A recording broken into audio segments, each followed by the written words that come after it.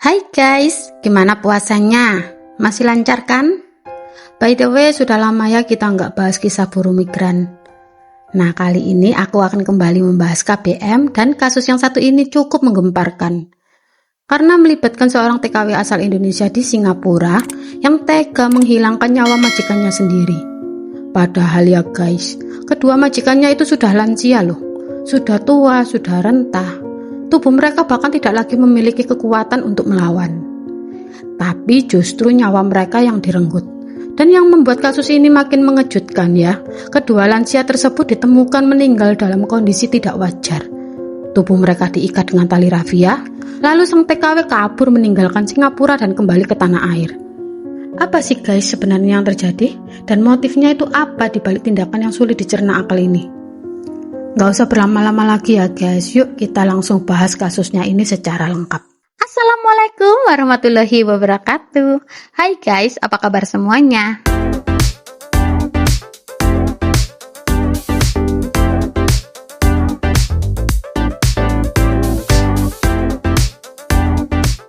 Kembali lagi di channel aku, Ruth Fermiati.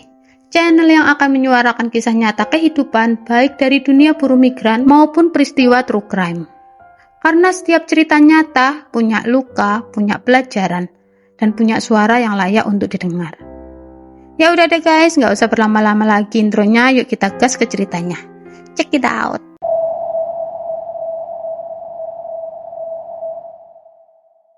Sebelum kita masuk ke pembahasan kasusnya, kita kenalan dulu ya dengan sosok perempuan ini. Ia bernama lengkap Anna Abdul Muiz, lahir di Kebumen, Jawa Tengah pada tanggal 10 Agustus 1976. Namun dalam administrasi kependudukan, ia lebih dikenal dengan nama singkat Hasanah. Saat peristiwa besar dalam hidupnya terjadi di tahun 2017, usianya itu sudah menginjak 41 tahun guys. Usia yang tidak muda lagi kan ya, tapi juga belum benar-benar tua. Usia itu di mana seseorang biasanya sudah memiliki beban hidup yang matang dan tanggung jawab yang tidak ringan. Meskipun lahir di Kebumen, perjalanan hidup Hasanah sejak kecil hingga dewasa justru lebih banyak dihabiskan di Jakarta. Di kota itu ia tumbuh, bersekolah, dan mengenal kerasnya kehidupan ibu kota.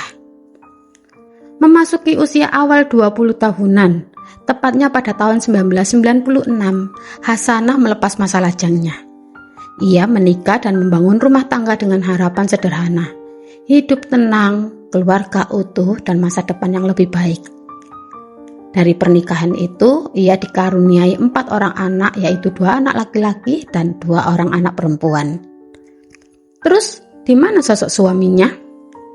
Untuk sekedar informasi aja ya guys mengenai siapa itu suaminya, latar belakangnya, atau pekerjaannya. Tidak ada satupun pemberitaan yang menjelaskan secara detail. Tapi yang pasti, pada tahun 2008, Hasanah mengambil keputusan besar dalam hidupnya. Ia berangkat ke Malaysia sebagai seorang TKW. Keputusan itu tentu saja bukan tanpa alasan ya. Ada tanggung jawab yang harus ia pikul. Ada 4 orang anak yang masa depannya tuh harus diperjuangkan. Setelah menyelesaikan kontraknya pada tahun 2011, Hasanah kembali ke Indonesia dengan membawa sejumlah harapan dan mimpi. Namun ya guys, kenyataan tidak selalu seindah drama di layar kaca. Sepulang dari Malaysia, rumah tangga yang ia harapkan bisa utuh, justru harus berakhir dengan perceraian. Hasanah resmi menjadi orang tua tunggal, dan sejak saat itu, ia menjadi single fighter bagi keempat anaknya. Hasanah menyandang status sebagai ibu tunggal, dan tidak punya banyak pilihan. Apapun yang ia bisa menghasilkan uang, ia lakukan. Bermodalkan sisa tabungan hasil kerjanya di Malaysia, ia mencoba berdagang nasi ayam guys. Setiap hari ia memasak, menyiapkan dagangan, berharap hasilnya itu cukup untuk membiayai pendidikan keempat anaknya dan sekedar menyambung hidup dari hari ke hari. Dan untuk sementara waktu, usaha itu cukup guys, cukup banget kok. Namun kehidupan yang ia jalani itu tidak berlangsung lama dan dalam keadaan stabil. Biaya hidup dari tahun ke tahun kan semakin mahal kan ya. Kebutuhan anak-anak juga semakin besar, sementara penghasilan dari berdagang tidak selalu menentu. Dan di titik itulah, Hasanah mulai meyakini satu hal, bahwa bekerja di luar negeri terasa lebih efektif untuk mempercepat perubahan nasib, untuk memutus rantai kemiskinan yang selama ini membelenggu hidupnya. Pemikiran itu semakin lama semakin kuat guys, hingga pada tahun 2017 Hasanah kembali mengambil keputusan besar. Ia mendaftarkan diri lagi sebagai tenaga kerja wanita di luar negeri, dan kali ini pilihannya bukan Malaysia lagi, melainkan Singapura. Bagi Hasanah, Singapura terasa lebih realistis. Dari segi pendapatan lebih menjanjikan, dari segi jarak lebih dekat dibandingkan Taiwan atau Hong Kong kan ya. Artinya, jika sewaktu-waktu terjadi sesuatu, ia tidak terlalu jauh dari tanah air. Singkat cerita, di awal bulan Maret 2017, Hasanah terbang ke Singapura setelah seluruh dokumen dan pemeriksaan kesehatannya dinyatakan lengkap sebagai tenaga kerja.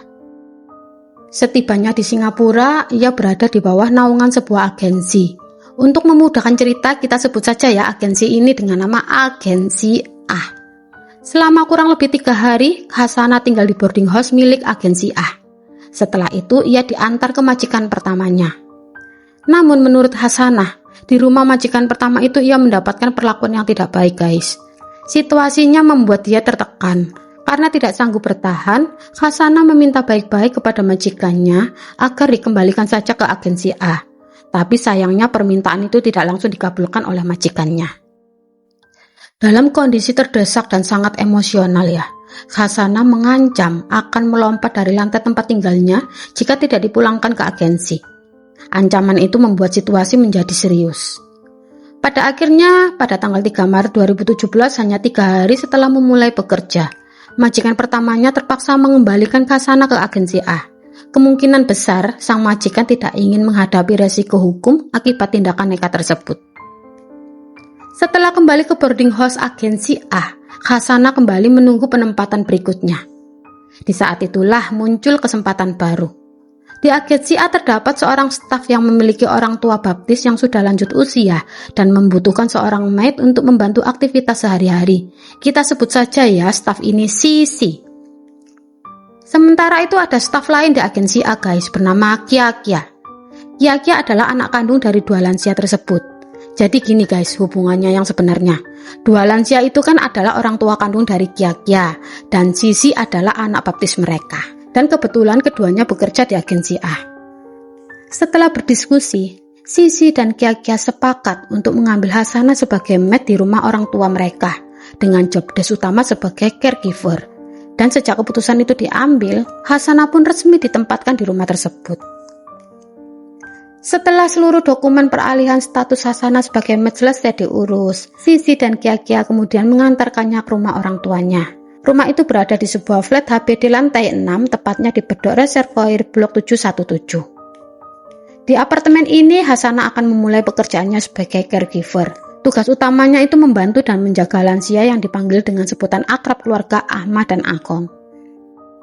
Sekilas ya tentang Ahmad dan Akong. Ahmad Chin Sek Fa berusia 78 tahun.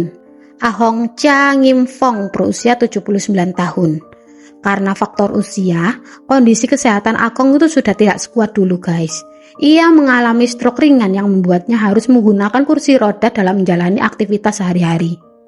Sementara itu, Ahmad Chin masih bisa berjalan normal, meskipun tentu tidak lagi sekuat masa mudanya. Sebelum Akong terserang stroke, pasangan lansia ini dikenal sebagai tipe orang tua yang aktif. Mereka ramah, suka tersenyum, banyak bicara, humble terhadap tetangga sekitar, bahkan ya, mereka tidak pernah merepotkan anak-anaknya. Kehidupan sehari-hari mereka itu sebelumnya bisa dijalani secara mandiri tanpa bantuan pembantu. Namun sejak Akong mengalami stroke, situasinya itu berubah. Anak-anak mereka merasa perlu menghadirkan bantuan di rumah, bukan hanya untuk meringankan beban Ahmad dalam merawat suaminya, tetapi juga untuk memastikan kebutuhan Akong terpenuhi dengan baik. Ahmad dan Akong sebenarnya memiliki 5 orang anak kandung serta 1 anak baptis. Dari ke-5 anak kandung tersebut, 4 diantaranya tuh sudah berumah tangga dan tinggal di hunian masing-masing. Begitu pula dengan anak baptis mereka yang juga sudah memiliki kehidupan sendiri di tempat terpisah. Sementara itu di apartemen HBD Blok 717 lantai 6 yang tinggal hanya Ama, Agong, Kia-Kia, dan Hasanah. Jadi suasana rumah itu sebenarnya tidak terlalu ramai guys. Hanya diisi oleh sepasang lansia, 1 orang anak mereka, dan seorang maid yang baru memulai pekerjaannya. Pada awalnya Hasanah menjalankan pekerjaannya dengan baik. Ia membantu Ama dalam aktivitas sehari-hari dan merawat Akong dengan penuh perhatian. Karena memang kondisi Akong yang terkena stroke ringan membuatnya lebih membutuhkan bantuan. Segalanya tampak berjalan normal ya, namun perlahan suasana mulai berubah. Ama yang dikenal ramah, banyak bicara dan suka berinteraksi justru mulai dianggap Kasana sebagai sosok yang cerewet dan terlalu banyak permintaan. Padahal loh guys, jika dilihat dari usianya yang sudah 78 tahun ya, wajar gak sih jika seseorang lansia membutuhkan perhatian lebih? Di usia tersebut, seseorang sering kembali seperti anak kecil kan ya? Ingin didengar, ingin ditemani, ingin diperhatikan, tetapi tidak demikian dalam pandangan Hasanah. Permintaan-permintaan kecil dari Ama mulai terasa menyebalkan baginya. Hal-hal sederhana berubah menjadi beban, dan dari hari ke hari, rasa tidak nyaman itu semakin menumpuk. Kesabaran Kasana yang setipis tisu perlahan menipis, hingga akhirnya pada tanggal 21 Juni 2017, suasana yang awalnya tenang di apartemen bedok Reservoir 717 mendadak gempar. 2 orang lansia ditemukan dalam kondisi tidak bernyawa. Tubuh mereka terikat tali, rumah yang sebelumnya sunyi berubah menjadi lokasi kejadian yang mengundang perhatian publik. Apakah ini perbuatan Kasana?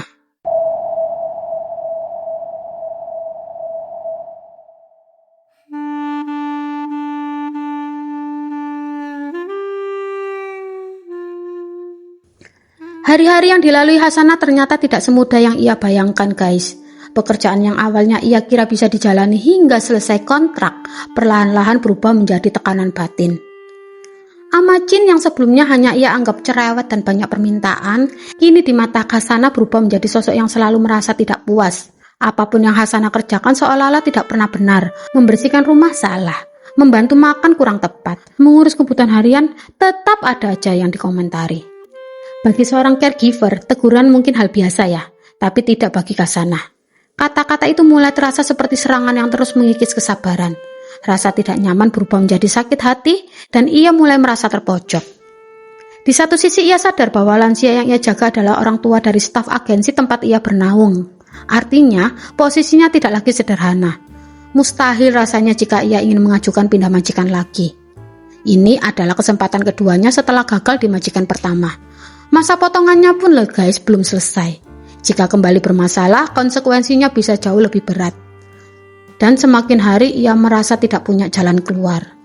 Sudah 1 bulan lamanya Hasanah memendam rasa yang tidak nyaman itu sendirian, tanpa teman untuk bicara, tanpa pelarian.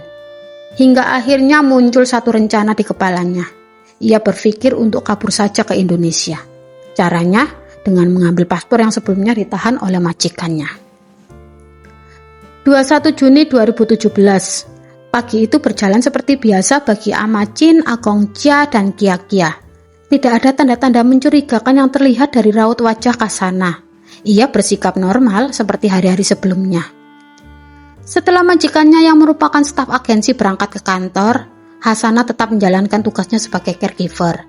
Ia menyiapkan sarapan untuk Ama dan Akong, mengajak mereka berdua berjalan-jalan sebentar, lalu memberikan obat sesuai jadwal. Setelah itu, Akong ditidurkan kembali ke kamarnya. Ketika situasi dirasa cukup aman dan sepi, Kasana mulai mencari kesempatan.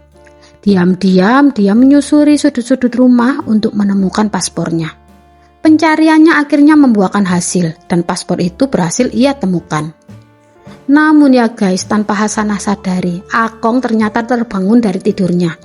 Dalam kondisi stroke yang membatasi geraknya, Akong masih mampu berbicara dan bertanya pelan, menanyakan apa yang sedang Hasanah cari. Tatapan curiga dan pertanyaan itu membuat Hasanah panik. Ia merasa posisinya terancam. Secara spontan ia menghampiri Akong, menutup mulutnya dengan lakban, lalu mengikat kedua tangan dan kakinya agar tidak bisa bergerak. Setelah itu, Hasanah kembali merapikan tempat persembunyian paspor tersebut, tapi entah gimana ya guys, Akong berhasil melepaskan lakban yang menutup mulutnya. Meskipun tangan dan kakinya masih dalam keadaan terikat, dengan suara yang tertahan, ia berteriak memanggil istrinya, Chin Sekfa. Teriakan itu membuat Kasana refleks menghampirinya dan melayangkan pukulan ke wajah Akong, dan dari wajahnya kemudian keluar cairan merah. Alih-alih berhenti, pemandangan itu justru membuat Hasanah semakin panik dan ketakutan.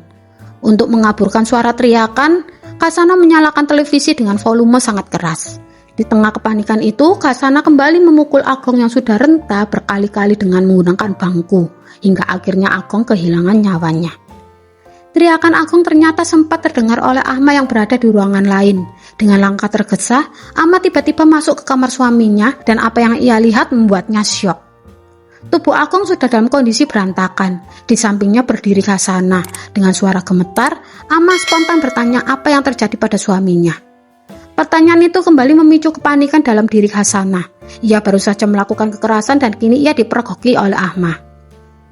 Tanpa berpikir panjang, Hasanah mendorong tubuh renta Ahmad hingga tersungkur. Ahmad yang sudah lemah tidak mampu melawan. Dalam kondisi gelap mata, Hasanah mengikat tangan Ahmad pada gantungan handuk yang berada di dekat wastafel kamar mandi. Setelah itu ia menginjak-injak tubuh Ahmad yang tidak berdaya berkali-kali hingga akhirnya Ahmad pun menyusul Agong hingga kehilangan nyawanya. Sadar atas apa yang baru saja ia lakukan membuat Hasanah diliputi kepanikan hebat. Tanpa membuang waktu, ia segera mengambil paspor. Ia juga mencuri beberapa barang berharga yang ada di flat tersebut, lalu membawa tas yang sebelumnya memang sudah ia kemas. Sekitar pukul 13.20 siang waktu Singapura, Hasanah melarikan diri menuju Batam dengan menggunakan kapal feri dari Harbourfront Center. Hari itu setelah Kia anak dari pasangan lansia yang dijaga Hasanah sudah berada di kantor, ia sempat menghubungi orang tuanya melalui telepon seperti biasa. Namun deringan teleponnya hanya terdengar panjang, namun tidak ada satupun yang mengangkat. Tidak dari Ahmad, tidak dari Agong, tidak juga dari Hasanah. Merasa ada yang janggal, Kia mencoba menelepon berkali-kali tapi hasilnya tetap nihil. Rasa cemas mulai menghantui pikirannya.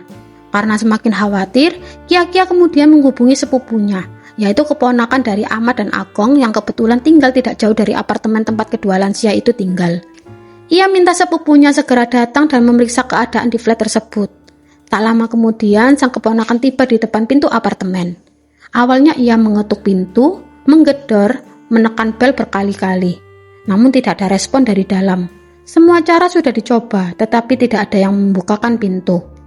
Akhirnya ia mencoba memutar gagang pintu, dan betapa terkejutnya ia ketika mendapati pintu tidak terkunci. Perlahan ia masuk ke dalam flat, memanggil nama paman dan bibinya. Suasana rumah terasa sunyi dan tidak biasa. Ketika ia memeriksa kamar Agong, pemandangan di dalamnya membuat tubuhnya membeku. Paman dan bibinya sudah dalam keadaan tidak bernyawa dan kondisi kamar tampak berantakan. Dengan tangan gemetar, sang keponakan segera menelepon Kia menyampaikan penemuan mengerikan itu. Setelah itu ia langsung menghubungi pihak kepolisian Singapura untuk melaporkan kejadian tersebut. Dan dalam hitungan waktu, lokasi itu berubah menjadi tempat penyelidikan besar.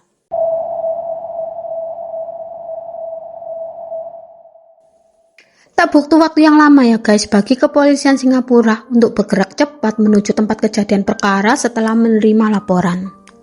Setibanya di lokasi, area apartemen langsung diamankan dan dipasangi garis polisi. Tim forensik masuk ke dalam flat dan melakukan analisis awal terhadap kedua korban. Pada tubuh Agong ditemukan memar di bagian kepala dan wajah, disertai banyaknya keluar cairan merah di area tersebut. Dugaan awal menyebutkan bahwa luka di bagian kepala dan wajah itulah yang menjadi pemicu utama kematiannya. Sementara itu pada tubuh Ahmad tidak ditemukan luka luar yang mencolok. Namun untuk memastikan penyebab pasti kematiannya, kedua jenazah lansia tersebut dibawa ke rumah sakit guna menjalani proses otopsi. Sebelum mewawancarai tetangga, pihak kepolisian terlebih dahulu memanggil keluarga inti korban. Kelima anak kandung Ahmad dan Agong, satu anak baptis, serta keponakan yang pertama kali menemukan jasad korban dimintai keterangan secara terpisah. Polisi mendalami hubungan keluarga dengan pembantu yang bekerja di rumah tersebut, keseharian korban hingga kemungkinan adanya konflik sebelumnya. Dan dari hasil pemeriksaan awal tidak ditemukan indikasi permasalahan serius antara keluarga dan pembantu tersebut. Justru keluarga menyebut bahwa sejauh yang mereka tahu tidak ada tanda-tanda mencurigakan sebelum hari kejadian. Namun satu fakta penting muncul, pembantu yang menjaga kedua lansia itu sudah tidak berada di flat. Paspor miliknya juga hilang, beberapa barang berharga keluarga juga dilaporkan tidak ada. Keterangan keluarga inilah yang kemudian memperkuat arah penyelidikan polisi. Setelah lingkar keluarga diperiksa, polisi kemudian melanjutkan investigasi dengan mewawancarai para tetangga. Mayoritas dari mereka menceritakan sisi positif kedua lansia tersebut. Ahmad dikenal sebagai sosok yang rendah hati, ramah, suka berbagi cerita, dan mandiri. Ia kerap memberi makan para pekerja kebersihan apartemen dan bahkan berbagi uang kepada mereka. Kabar kematian tragis pasangan lansia itu sontak membuat para tetangga syok dan tidak percaya. Beberapa tetangga bahkan mengaku tidak mengetahui bahwa pasangan lansia itu telah memperkerjakan seorang pembantu. Mereka juga tidak mendengar keributan atau suara mencurigakan apapun dari dalam rumah pada hari kejadian. Penyelidikan tidak berhenti di apartemen saja. Kepolisian Singapura kemudian menelusuri rekaman CCTV yang terpasang di area apartemen. Dari berbagai sudut kamera, terlihat sosok Hasanah meninggalkan gedung dengan membawa tas. Rekaman itu kemudian ditelusuri lebih jauh. Jejaknya mengarah ke pelabuhan kapal feri. Dari CCTV di sekitar terminal, polisi menemukan bukti bahwa Hasanah berada di Harbour Front Center pada siang hari itu. Pemeriksaan terhadap catatan imigrasi semakin memperjelas situasi. Nama Hasanah tercatat telah meninggalkan Singapura pada hari yang sama menggunakan kapal feri menuju Batam. Artinya, ia sudah berada di luar yurisdiksi Singapura. Namun kepolisian Singapura tidak tinggal diam. Begitu identitas dan pergerakan Hasanah terkonfirmasi, pihak kepolisian segera berkoordinasi dengan otoritas Indonesia. Permintaan kerjasama resmi diajukan untuk membantu melacak keberadaan Hasanah di wilayah Indonesia. Tujuannya jelas guys, menemukan Hasanah secepat mungkin dan mengupayakan proses deportasi kembali ke Singapura agar ia dapat diadili atas perbuatannya. Kasus ini pun berubah menjadi penyelidikan lintas negara dan perburuan terhadap Hasanah resmi dimulai. Setelah menerima laporan resmi dari kepolisian Singapura, pihak kepolisian Indonesia segera bergerak cepat. Sebuah tim dibentuk untuk melakukan pelacakan dan perburuan terhadap Hasanah. Penyelidikan awal difokuskan pada titik yang diduga menjadi lokasi pertama persinggahan Hasanah, yaitu Pelabuhan Batam Center International Ferry Terminal. Meski area tersebut dipenuhi CCTV, proses pelacakan tidak semudah yang dibayangkan. Rekaman yang tersedia belum cukup untuk langsung mengarah pada lokasi keberadaannya. Hari demi hari berlalu, hingga 1 minggu kemudian, polisi menerima informasi penting. Hasanah diduga berada di sebuah warung internet game di daerah Jambi, Sumatera. Kecurigaan di warnet, informasi itu berasal dari pihak internal warnet itu sendiri. Awalnya penjaga warnet merasa ada yang janggal. Warnet tersebut biasanya dipenuhi pelanggan pria yang datang untuk bermain game online. Namun selama 3 hari berturut-turut muncul seorang perempuan yang terlihat kebingungan dan gelisah. Perempuan itu datang berulang kali, ia tidak bermain game seperti pelanggan lainnya. Sebaliknya guys, ia lebih sering membuka portal berita dan terus memantau perkembangan kasus pembunuhan lansia di Singapura. Beberapa pelanggan warnet lain juga mulai menyadari hal tersebut. Mereka melihat perempuan itu berkali-kali membuka berita yang sama, membaca ulang detail kasus seolah memastikan sesuatu. Kegelisahan dan kepanikannya terlihat jelas, kecurigaannya semakin menguat. Akhirnya penjaga warnet bersama beberapa pelanggan sepakat melaporkan hal itu kepada pihak kepolisian. Setelah menerima laporan tersebut, polisi melakukan pengintaian. Identitas perempuan itu kemudian dipastikan sebagai Hasanah. Dan tanpa perlawanan, Hasanah akhirnya ditangkap di lokasi warnet tersebut. Setelah penggerebekan di sebuah warnet di Jambi, polisi tidak berhenti di situ saja. Hasanah kemudian digiring menuju tempat persembunyiannya, yakni sebuah hotel di daerah Tungkal Ilir, Jambi, Sumatera. Dan di kamar hotel tersebut, polisi melakukan penggeledahan dan menyita sejumlah barang bukti. Di antaranya ada uang tunai sekitar $300 dalam berbagai mata uang asing, ponsel iPhone, beberapa perhiasan, sebuah jam tangan, serta 1 unit laptop. Barang-barang tersebut diduga berkaitan dengan pelariannya setelah meninggalkan Singapura. Penangkapan Hasanah segera dilaporkan kepada pihak pemerintah Singapura. Namun muncul persoalan baru yang cukup kompleks. Secara prinsip, Indonesia dan Singapura memang telah menandatangani perjanjian ekstradisi sebagai bagian dari paket kerjasama yang juga mencakup Defense Cooperation Agreement pada April 2007. Akan tetapi hingga insiden ini terjadi pada tahun 2017, perjanjian tersebut belum diratifikasi oleh DPR RI. Karena belum diratifikasi, perjanjian tersebut belum memiliki kekuatan hukum yang mengikat secara penuh. Artinya, secara hukum formal, proses ekstradisi belum dapat dilaksanakan. Akibatnya, Hasanah tidak dapat langsung dipulangkan ke Singapura untuk diadili di sana. Meskipun tidak dapat diekstradisi ke Singapura, pemerintah Indonesia tetap memproses hukum Hasanah atas perbuatannya yang telah menghilangkan 2 nyawa. Kasus tersebut kemudian disidangkan di Indonesia. Pada tanggal 2 Mei 2018, Pengadilan Tinggi Jakarta mengadili Hasanah dengan dakwaan pembunuhan terhadap 2 orang yang disertai pencurian. Dalam persidangannya, majelis hakim menyatakan Kasana terbukti secara sah dan meyakinkan bersalah atas tindak pidana pembunuhan ganda serta pencurian. Vonis awal yang dijatuhkan adalah hukuman penjara seumur hidup. Putusan tersebut menjadi penutup sementara dari proses panjang lintas negara yang menyita perhatian publik. Namun perkara ini belum benar-benar berakhir. Pada tanggal 15 Agustus 2018, pihak kuasa hukum Kasana mengajukan banding atas putusan tersebut dan permohonan banding diterima. Dalam putusan selanjutnya, hukuman Kasana dikurangi dari penjara seumur hidup menjadi 15 tahun penjara. Perubahan vonis ini menimbulkan beragam respon dari masyarakat, terutama mengingat kasus tersebut melibatkan 2 korban lansia. Nah, itu tadi ya guys, kasus yang menimpa Kasana. Seorang caregiver yang seharusnya menjaga, justru menghilangkan 2 nyawa majikannya sekaligus. Saat diinterogasi mengenai motif sebenarnya, Kasana tidak banyak memberikan penjelasan guys. Ia hanya menyampaikan bahwa dirinya tidak berniat menghilangkan nyawa kedua majikannya jika saja mereka tidak melawan. Sebuah jawaban yang meninggalkan banyak pertanyaan. Teman-teman, kalau kita perhatikan dari awal cerita ini, sebenarnya terlihat ya bahwa Kasana memiliki persoalan pribadi yang cukup berat. Mulai dari perceraiannya, status sebagai single mother, hingga tekanan hidup yang mungkin ia pendam sendirian. Namun sebesar apapun masalah yang kita hadapi, ingat ya guys, kekerasan dan menghilangkan nyawa tidak pernah bisa dibenarkan. Kasus ini bukan hanya tentang hukum, ini juga tentang tekanan mental, tentang beban yang tidak pernah bisa diceritakan, tentang keputusan fatal yang diambil dalam hitungan menit. Untuk teman-teman pekerja migran dimanapun kalian berada, jangan pernah menganggap remeh kesehatan mental kalian. Jangan memendam beban sendirian. Carilah bantuan, ceritalah, mintalah pertolongan sebelum semuanya terlambat. Karena satu keputusan yang salah bisa menghancurkan banyak kehidupan. Dan semoga kita semua selalu diberikan kekuatan, kesehatan mental yang stabil dan perlindungan di negeri orang. Dan juga semoga kita semua bisa menyelesaikan kontrak tepat waktu dan pulang berkumpul bersama keluarga dalam keadaan utuh. Amin. Terima kasih sudah menonton video ini sampai selesai. Semoga kisah hari ini bisa jadi bahan renungan buat kita semua. Kalau kalian merasa konten di channel ini punya makna, bantulah guys support dengan like, share, dan subscribe. Karena kita sedang on the way menuju 1000 subscribers. Support dan dukungan dari kalian sangat berarti banget buat aku. Akhir kata, wassalamualaikum warahmatullahi wabarakatuh. See you di my next video. Bye bye. Bye bye.